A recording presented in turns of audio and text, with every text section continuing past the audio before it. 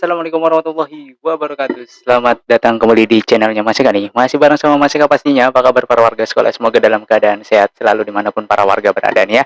Oke, di video kali ini Mas Eka akan berbagi informasi masih seputaran tentang PPDB ini ya. Yang tinggal menghitung hari ya, ini sudah masuk di bulan Mei karena sesuai dengan timelinenya PPDB nanti akan dimulai prosesnya ya. Rangkaian prosesnya itu akan dimulai di bulan ini, di bulan Mei ya. Mulai dari prapendaftaran di tanggal berapa ya? Tanggal 10 ya, tanggal 10 ya, 10 Mei 2023. Kemudian nanti ada aktivasi akun ya. Aktivasi akun itu sesuai dengan jenjangnya masing-masing. Untuk DSD itu tanggal 15 Mei, kemudian SMP itu dibuka mulai tanggal 19 Mei, dan SMA serta SMK itu dibuka mulai tanggal 24 Mei. Jadi rangkaian proses PPDB-nya akan mulai berlangsung ya di bulan ini. Jadi siap-siap untuk para warga sekolah, apa aja yang harus disiapkan ya, terutama untuk yang akan melakukan prapendaftaran besok nih ya, yang tanggal 10. Dan perlu Mas Eka ingatkan ya, untuk yang akan melakukan prapendaftaran itu hanya ada 3 kategori atau 4 kategori lah ya. 3 sih biasanya, 3 yang Mas Eka rangkup, karena satu lagi itu akan dimasukkan ke sama gitu ya.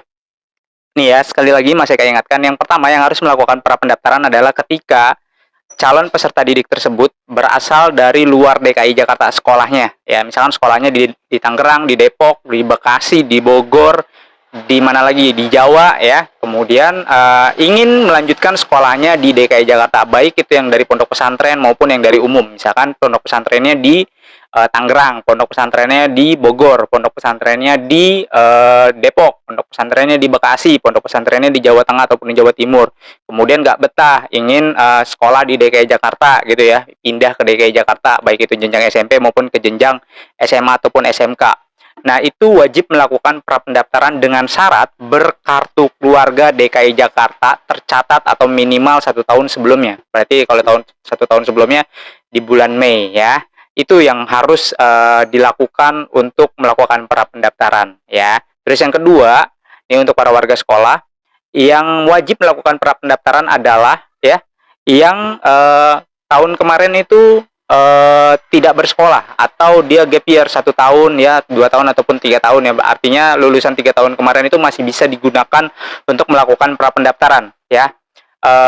Syaratnya tetap harus berkartu keluarga DKI Jakarta. Sekali lagi, ini adalah untuk yang putus sekolah ataupun yang tidak bersekolah dan ingin melanjutkan sekolah. Sekali lagi Mas Eka ingatkan, Mas Eka tekankan, ini adalah untuk yang putus sekolah ataupun yang ingin yang putus sekolah dan tidak bersekolah ya, 3 tahun yang lalu, kemudian punya hasrat atau punya keinginan untuk melanjutkan pendidikan lagi nih. Saya sayang nih sekolah aja dah gitu kan.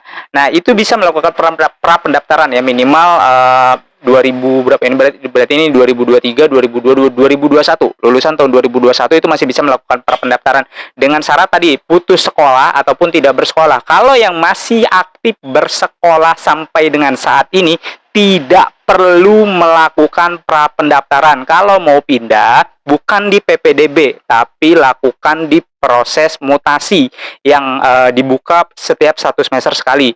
Silakan lakukan proses mutasi ya, ditanyakan ke sekolahnya ada bangku kosong atau tidak. Kalau ada, lakukan proses mutasinya, bukan malah justru ikut PPDB lagi. Nah, kalau misalkan ikut PPDB lagi, kasihan kan yang belum sekolah atau yang ingin melanjutkan sekolah kehalang oleh yang mereka-mereka yang sudah dapat sekolah tapi pengen pindah gitu ya. Apalagi udah kelas 2 sekarang, misalnya kelas 2 SMA. Kemudian dia mau pindah karena mungkin sekolahnya nggak asik nih, sekolahnya nggak sesuai dengan ekspektasi saya. Pindah dia ikut PPDB lagi. Nah, itu jangan, kasihan peluang untuk yang calon peserta didik yang baru lulus ini pengen masuk ke sekolah itu jadi kecil gitu ya. Udah saingannya susah, terus ditambah sama orang-orang yang seperti ini tuh agak ribet. Mudah-mudahan yang masih aktif dan ingin mencoba proses PPDB ini, mudah-mudahan diblok ya datanya. Mudah-mudahan benar-benar diblok. Kalau perlu ya KJP-nya, kalau dapat KJP diblok juga lah yang begitu-gituan ya. Karena itu merusak sistem, kasihan banget. Karena kasus tahun kemarin itu banyak yang seperti itu. Loh, ini kok umurnya pada tua-tua ya, umurnya yang mau masuk SMA ada yang 22 gitu ya. Ya 21, 20, kemudian 19, sementara umur-umur yang 15, 16, 17, 18 atau masa-masanya sekolah 15, 16, 17 gitu kan, itu udah pasti kalah dengan umur yang 20 tahun, dengan umur yang 19 tahun, karena ngulang mereka yang harusnya udah lanjut ke kelas 3 atau kelas 2 dia ngulang lagi tuh ikut PPDB lagi, mungkin karena di swasta bayarnya mahal dan segala macamnya, padahal ada PPDB bersama ya. Itu yang kedua. Terus yang ketiga adalah untuk para warga yang bersatuan pendidikan asing ya. Jadi sekolah pendidikan asing yang atau dari sekolah dari luar ya, dari luar negeri ingin melanjutkan sekolahnya kembali di DKI Jakarta, mungkin orang tuanya pindah tugas atau segala macam gitu ya dari luar negeri, terus kemudian masuk ke DKI Jakarta, itu lakukan prapendaftaran. Nah, apa aja sih syarat yang harus dilengkapi untuk prapendaftaran ini? Nah, Mas Eka akan jelaskan di video ini. Tadi di depan Mas Eka jelaskan ya, tadi itu yang 3 itu hanya untuk ini aja yang melakukan prapendaftaran, selebihnya tidak perlu melakukan prapendaftaran ya. Jadi masih banyak banget nih teman-teman yang nanya, Mas Eka, saya lulusan DKI Jakarta, berkakak DKI Jakarta, apakah saya perlu melakukan prapendaftaran? Tidak perlu ya. Sekali lagi tidak perlu ya. Kalau lulusan DKI Jakarta, berkakak DKI Jakarta, tidak perlu melakukan prapendaftaran. Terus ada yang nanya juga, Mas Eka ngitung Sidanira bagaimana gitu kan? Saya sekolahnya di DKI Jakarta nih, kok belum dapat Sidanira. Nah, kalau belum dapat Sidanira silakan minta ke sekolahnya untuk yang berada di DKI Jakarta ya. Tapi kalau misalkan yang berada di sekolah luar DKI Jakarta, ya nanti minta surat rata-rata nilai rapot. Contoh formatnya nanti Mas Eka akan tampilkan, disamain aja seperti Sidanira ini ya. Oke, Mas Eka akan berbagi informasinya untuk syarat-syarat apa aja yang perlu yang dilengkapi untuk prapendaftaran ya. Nih ya. Jadi untuk melakukan prapendaftaran ada beberapa syarat penting ya. Yang pertama adalah Sidanira ya.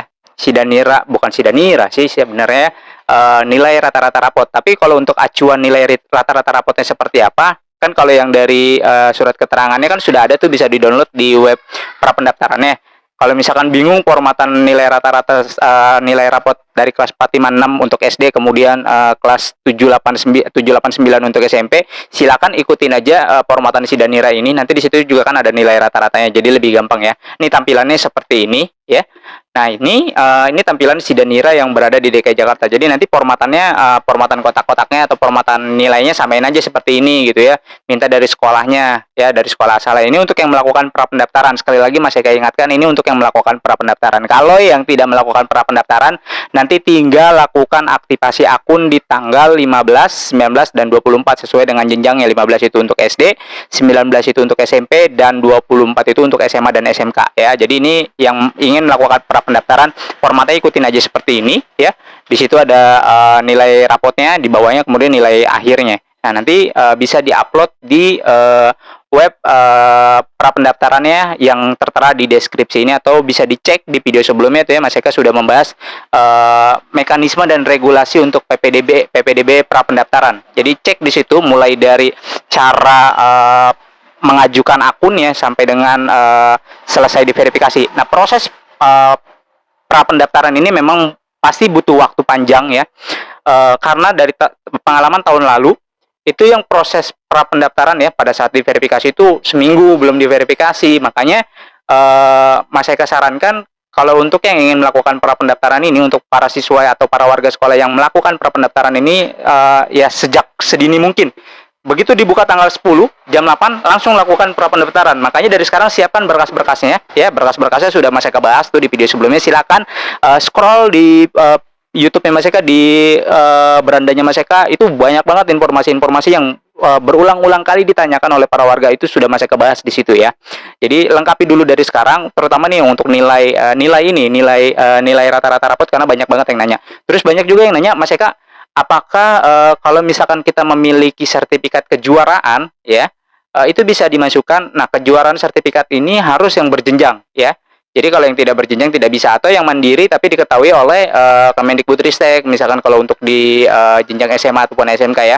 Jadi yang harus diketahui oleh dinas gitu, yang ada induk organisasinya, misalkan kayak O2SN, OSN, FL2SN. Nah, itu bisa. Tapi kalau misalkan lomba Pancasila tapi yang mengadakan korporat atau perusahaan-perusahaan yang tidak bekerja sama dengan dinas pendidikan ataupun bekerja sama dengan lembaga pendidikan, ya nggak bisa ya. Ataupun lomba yang dari induk organisasinya, contohnya lomba silat gitu ya, lomba silat dari induk organisasinya tapi tidak diketahui oleh dinas olahraga ataupun dinas-dinas terkaitnya, itu kayaknya tidak bisa dimasukkan gitu. Karena banyak banget yang nanya, Mas Eka saya punya lomba ini, lomba marawis ya, menang lomba marawis nih, tapi diadakannya oleh mandiri gitu kan, misalkan dari tingkat RT gitu ataupun dari korporat gitu ya. Nah, itu tidak bisa Yang bisa itu yang berjenjang ataupun yang dilakukan oleh mandiri ya, mandiri tapi dari induk organisasinya itu baru bisa. Nanti diupload di web prapendaftarannya ya. Web prapendaftarannya silakan disimak atau diklik di link deskripsi video ini. Itu sudah Mas Eka bahas. Terus nih Mas Eka ingatkan lagi untuk yang melakukan prapendaftaran karena prosesnya memang agak panjang jadi bersabar. Makanya Mas Eka tadi bilang di awal adalah lakukan sedini mungkin ya, sejak tanggal 10 itu langsung lakukan. Makanya berkasnya dikumpulkan dari sekarang. Nah, ketika nanti sudah diverifikasi ya. Jadi kan alurnya itu melakukan isi form ya.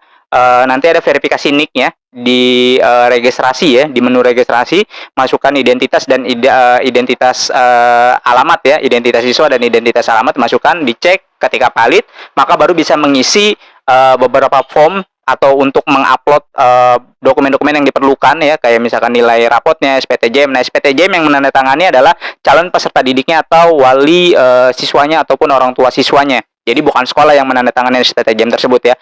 Berkasnya bisa di-download di webnya. Webnya sekali lagi Mas Eka lampirkan di deskripsinya. Silakan langsung diklik aja di deskripsinya. Di situ sudah Mas Eka lampirkan ya. Jadi untuk SPTJM clear ya. Nah, ketika nanti menunggu verifikasi setelah diregistrasi sudah diupload, nanti para siswa atau para calon peserta didik ini bisa mengecek ya, sudah sampai mana prosesnya. Itu ada namanya pengecekannya di menu pengecekan di bawah ya. Nah, login, kan registrasi nanti dapat user sama passwordnya. Login ketika login baru bisa mengupload berkas-berkas yang diperlukan untuk prapendaftaran. Setelah dilakukan upload maka ditunggu untuk proses verifikasinya. Setelah nanti diverifikasi dinyatakan layak atau lolos dari verifikasi prapendaftaran, maka nanti para warga atau calon peserta didik akan mendapatkan nomor peserta dan tokennya. Nomor peserta aja, nomor peserta kalau tidak salah ya, lembaran prapendaftarannya ada nomor pesertanya, baru nanti masuk ke akun pendaftaran PPDB. Ya, ini dua web yang berbeda. Prapendaftaran dengan pembuatan akun. Ya, jadi setelah melakukan prapendaftaran baru nanti akan pembuatan akun. Nah, pembuatan akun ini itu kan kalau untuk jenjang SMP berarti dimulai di tanggal 15 ya. Berarti masih ada jeda 5 hari dari tanggal 10 itu. Terus kalau yang SMA dan SMK itu di tanggal 24. Jadi jedanya lumayan 14 hari kerja 14 hari ya, berarti 2 mingguan. Nah, ini kalau misalkan kita entar-entar aja prapendaftarannya, takutnya ya walaupun nanti pemilihan sekolahnya di bulan Juni gitu, alangkah lebih baiknya sudah punya akun atau sudah menyelesaikan prapendaftaran kemudian sudah punya akun, udah nanti tinggal milih sekolah, tenang. Nah, yang banyak terjadi adalah di tahun kemarin itu dia lupa melakukan prapendaftaran, kemudian langsung pembuatan akun aja. Dan waktu pemilihan di waktu pemilihan sekolahnya itu mepet. Misalkan hari ini adalah pembukaan jalur zonasi. Ya, dia prestasi udah lewat, terus di afirmasi udah kelupaan gitu kan. Dia baru tahu, bener-bener baru tahu di jalur zonasi ini. Begitu dia melihat di jalur zonasi gitu kan. Waduh, jalur zonasi nih saya mau buat nih. Ternyata di prapendaftarannya udah tutup gitu. Ya udah, dia nggak bakalan bisa daftar sama sekali. Ataupun ternyata di prapendaftarannya tinggal 1 hari ya. Proses verifikasinya itu kan memang memakan waktu yang agak cukup lumayan gitu, karena tergantung verifikatornya. Mudah-mudahan nanti teman-teman di dinas pendidikan itu punya tim verifikator yang agak cepat ya, karena kalau tahun kemarin itu memang agak membutuhkan beberapa waktu ya, 2 sampai dengan 3 hari kalau tidak salah, sampai dengan benar-benar proses verifikasinya itu selesai. Karena banyak banget yang diverifikasi, mulai dari nilainya, kemudian